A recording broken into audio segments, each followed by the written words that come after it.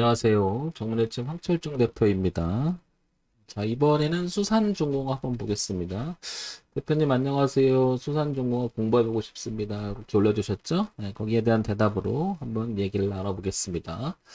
자, 수산중공업 오늘은 한 4% 정도 왔다 갔다 하고 있죠? 자, 한번 보겠습니다. 네, 먼저 큰 그림 한번 먼저 볼게요. 자, 수산중공업 연봉을 보게 되면 굉장히 예전에는 상당히 위에 있었다가 많이 내려왔죠. 그러다가 2000년대 들어와서 새롭게 이렇게 흐름을 좀 이어가려고 하고 있는데요. 여기 보시면은 400원대 이렇게 저가가 형성되어 있는 걸 보있음을 알 수 있고요. 그죠? 그 다음에 여기 지금 가격대가 작년부터 이렇게 이어졌던 흐름이 그리고 여기 저항이 있었죠. 이렇게 저항이 있었는데 2015년 그리고 2004년 때 저항대가 있었는데요. 그 자리를 약간 이기지 못하고 눌렀다가 시가가 여기 시작됐었죠. 그리고 올해 많이 올라갔다가 주가가 현재 여기 와 있습니다. 여기가 이제 지지와 저항대라고 하면 이 자리가 매우 중요하겠죠. 이렇게 저항 라인이 이제 지지로 바뀌었다. 그래서 지금 현재 큰 그림, 즉 시간을 한 20년 가까이 늘려서 보게 되면 요 안에서 여기 지지하장이 형성됐던 그리고 거래도 좀 있었던 가격대죠. 자, 이 가격대에 지금 머물러 있다. 그래서 올라갔다가 내려와서 지금 다시 나갈 것이냐 아니면 다시 꺾여서 이렇게 꺾일 것이냐 이렇게 아주 중요한 가격대에 와 있는 것 같습니다. 수선점검. 그런데 오늘은 좀 이렇게 기술적 반등이 좀 일어나죠. 자, 이런 점이 먼저 보이고요. 자, 월봉 한번 볼까요? 월봉은 월이 12개가 모여서 이제 한 1년이 되는 거죠. 연봉이 되는 거죠. 그래서 파동을 좀 더 구체적으로 본다라는 데 의미가 있는 거고요. 여기를 다시 한번 이렇게 보게 되면 지금 가격대가 이렇게 2003년도 여기 3,400원 그리고 여기 고가였던 이 자리 얼마냐면은 3,900원 선 지금 거기에 놓여 있는 거죠. 이렇게 저항대가 있었고요. 그 다음에 이렇게 저항대가 있었고요. 그 다음에 올해 작년 11월과 12월에 이렇게 저항을 한번 받았었다가 그리고 올라갔었죠. 눌러주고 다시 한번 강하게 이렇게 올라갔던 거죠. 그리고 다시 밀려서 이 자리에 머물러 있는데 여기는 굉장히 지지와 저항으로 교차하는 가격대이기 때문에 매우 중요하죠.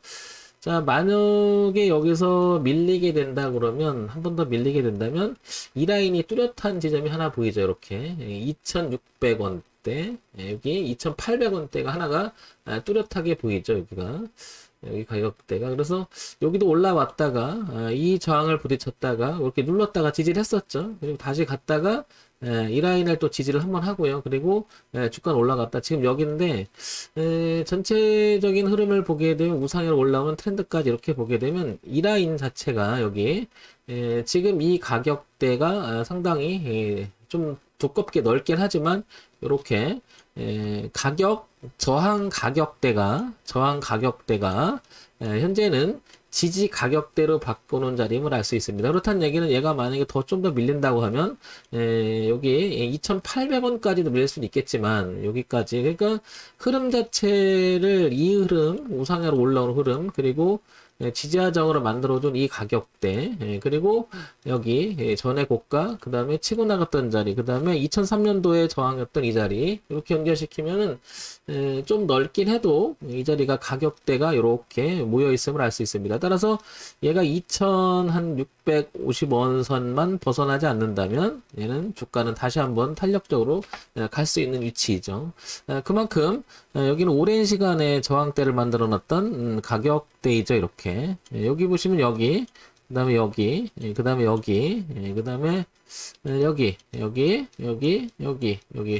그러니까 이 가격대를 벗어나서 이렇게 된다면 혹시 갖고 계신 분 관심 있는 분들 입장에서는 여기는 대응을 해줘야 되는 가격대가 되겠죠. 대응을 한다는 것은 여기가 깨져버리면 이 저항대가 지지로 바뀌어놨기 때문에 저항으로 다시 바뀌어버리면 주가는 약간 처질 수가 있겠죠. 이제 내려왔다 일리 안 간다는 말보다는 일단 내려오면 저항대가 생겨버리니까 주가는 어디까지 또 흘러갈지 모르니까 수산중공업은 지금 가격대가 매우 중요하다라는 것을 연봉과 월봉을 통해서 알 수 있을 것 같습니다. 자, 그 다음에 주봉을 한번 넘어가 볼까요? 주봉은 이제 연봉과 월봉에 비해서 파동을 좀 더 구체적으로 볼 수 있는 그런 파동을 보기 위해서 보는 거죠. 자, 이렇게 당기면 다시 이렇게 한번 볼게요. 여기를 보게 되면 요 가격대 2,800원대 그리고 이렇게 보면은 얼마냐면 2,650원 그리고 이렇게 조금 전에 봤던 요 라인 이렇게 되면은 다시 한번 우상향으로 올라온 이 선하고 마주치는 자리 그리고 여기가 저항 가격대였는데 이제 지지 가격대로 바꿔놨다 이렇게. 그래서 요 라인만 깨지 않는다면 이렇게 주가는 다시 한번 올라갈 수 있는 위치라는 거죠 이렇게. 그래서 다소 이렇게 파동을 치면 그 다음 만약에 올라온다면 이 일대가 저항값이 하나 있겠죠. 저항받았고 그 다음에 여기서 지지를 한번 받았다 이렇게 돌아섰죠. 이렇게 되었는데 올라오게 되면 여기 한 5,500원대가 매물 저항대가 하나 있다. 이 자리가 하나 있고요. 그러면 뒤로 보면 여기 2,650원이 지지대가 하나가 있는 거고요. 그 위치는 여기죠. 그래서 다소 파동의 형태는 이제 이렇게는 칠 수 있다라는 거죠. 이렇게. 그러면서 만약에 이렇게 벗어나게 되면은 대응을 해줘야겠죠. 그 다음에 여기를 이제 안착을 해서 5,500원대를 넘어가주면 주가는 다시 한번 고가를 향해서 시도할 수 있는 위치라는 거죠. 자, 이렇게 지금 현재 3,840원인데 뒤쪽을 보게 되면 2,650원 그리고 앞쪽을 보게 되면 5,500원 지금 현재 3,840원 이렇게 놓여 있고 전체적인 흐름은 오르고 내리고를 반복하는 파동의 형태가 되면서 지금은 반등 가격 구간대로 들어와 있다는 거죠. 이렇게. 자, 이런 면에서 보면 지금 위치가 상당히 중요한 가격대임을 알 수 있죠. 자, 우리가 주가 분석을 하는 방법에는 첫 번째 기본적 분석이라고 하죠. 기본적 분석. 그러니까 주가의 재무제표를 본다든지, 그 다음에 펀더멘탈을 통해서 미래 가치를 생각해 보는 거, 이런 걸 재무제표에서 여기서 가장 중요한 것은 실적이 우상향으로 꾸준히 유지가 되는 그런 흐름과 펀더멘탈 자체가 매칭이 되는지 이런 걸 보는 거고요. 두 번째 기술적 분석이라고 하죠. 우리가 이제 차트 분석 이걸 이제 가격 분석이라고 얘기하고 지금 이제 황 대표가 얘기했던 연봉, 월봉, 주봉을 통해서 여기 2,650원이라고 하는 자리 그 다음에 여기 5,500원이라고 하는 자리를 생각해 볼 수 있는 이 지지와 저항이 이제 지지를 바뀌었던 이런 가격적인 분석을 해서 기술적으로 반등이 일어날 만한 자리다라고 생각하는 게 바로 이런 기술적 분석인 거죠. 세 번째, 이제 우리가 정보 분석이라고 하죠. 정보 분석. 정보 분석은 이슈가 되고 있는 부분이 있는지, 그 다음에 뉴스는 없는지, 그 다음에 테마를 형성하면서 어떤 실적이 미래 가치가 우상향으로 가시화될 수 있고 얼마나 지속적이냐 그런 내용을 쳐다보는 게 이제 정보 분석이라고 할 수 있겠죠. 그래서 지금은 기술적 분석으로 봤을 때는 수산중공업은 반등, 지지와 저항에서 저항값이 지지를 바뀐 라인이 보기 때문에 상당히 좋은 위치라는 걸 알 수가 있을 것 같고요. 그 다음에 재무 분석을 좀 이제 해봐야겠죠. 그 다음에 이슈 분석도 한번 차례적으로 한번 보겠습니다. 자, 수산중공업 일단 먼저 기본적으로 보면 거래소에 있죠. 그다음에 소형주고 기계 쪽입니다. 시가총액 2천억 정도 됩니다. 2천억. 그리고 오늘 한 2%, 8%, 2%에서 한 4% 왔다 갔다 하고 있죠. 그러면 한 2,050억 정도? 이 정도 왔다 갔다 한다고 봐야 되겠죠. 시가총액이. 자, 그 다음에, 이제 수산중공업 한번 보겠습니다. 특장차 제작, 유압 브레이크 크레인, 파쇄 장비, 이런 쪽에, 이렇게 보게 되면, 기계 쪽이죠. 자, 그 다음에, 재무 정보를 한번 보겠습니다. 자, 이제 이게 이제 우리가 기본적인 펀더멘탈 얘기인데, 여기서 중요한 건 얼마나 돈을 잘 벌고, 그게 지속적으로 우상향을 잘 유지하는지, 이런 정도 체크 포인트를 봐야 되겠죠. 2, 4분기, 3, 4분기, 4, 3분기, 그래, 올해 1, 3위까지 이어지는 매출액 구조를 보면 350억, 300억, 370억, 429억. 대체적으로 여기 작년 2020년서부터 2021년까지 보게 되면 괜찮아. 영업이나 단기속도 많이 개선이 되고 우상향으로 잘 유지가 되는 1년치의 흐름을 봤을 때는 작년 코로나 때 웬만한 종목 이렇게 영향을 받아서 빠질 때 같이 빠졌다가 탄력적으로 주가가 많이 올라간 이유도 이런 어떤 매출액 구조의 성장 과정이 있다라고 우리가 생각해 볼 수도 있는 거죠. 그래서 여기까지 왔고요. 그래서 이런 기본적인 내용을 봤을 때는 상당히 괜찮다 이렇게 판단이 듭니다. 자, 그러면 요게 1년 정도인데요. 그동안의 연간 실적을 한번 보겠습니다. 연간 실적을 보니까 17년, 18년, 19년, 20년까지 이어진 매출액 구조를 보면 1000억, 864억, 100, 1500억, 그 다음에 1370억.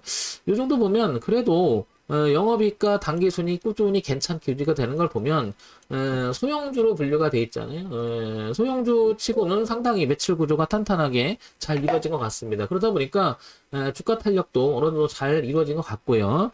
이렇단 얘기는 더더욱 조금 전에 봤던 기본적인 내용 지지와 저항으로 이어진 이 구역을 깨기는 다소 어려워 보이는 거죠. 지킬 가능성이 높다라는 거죠. 왜냐면 구조적으로 얘네가 뭔가 문제가 있어서 굉장히 안 좋다라고 하면 파란 재무제표를 갖고 있는 거 되게 많잖아요.